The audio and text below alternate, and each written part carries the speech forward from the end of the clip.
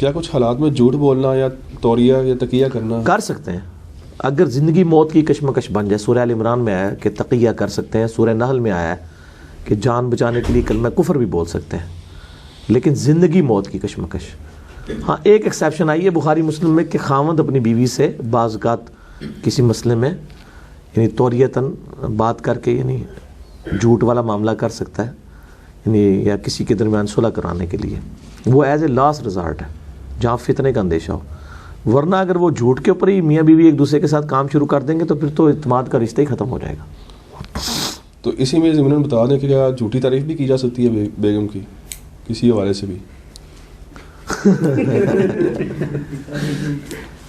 جھوٹی تعریف نہیں، آپ سچی تعریف کریں۔ قرآن پاک میں اللہ تعالیٰ نے فرمایا کہ اگر تمہیں اپنی بیویوں کی کوئی چیزیں اچھی نہیں لگتی تو تمہارے اندر بھی کئی خامیاں ہوں گی، کئی ان میں خوبیاں ہوں گی۔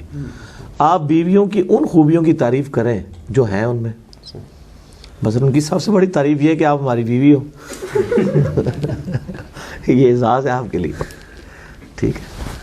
اور کھانے کی یہ تو نہیں، اب کھانا اگر ٹھیک نہیں بنا تو خام خواہ تو تعریف نہیں کی جا سکتی نا، ٹھیک ہے، تو ان کو کہ خاموشی اختیار کر لی، یہی تعریف ہے۔ جو جائز تعریف ہے وہ کریں، جھوٹ نہیں بولنا، اور جھوٹ بول کے اگر آپ کسی کو خوش بھی کر لیں وہ وقتی طور پہ ہی کریں گے۔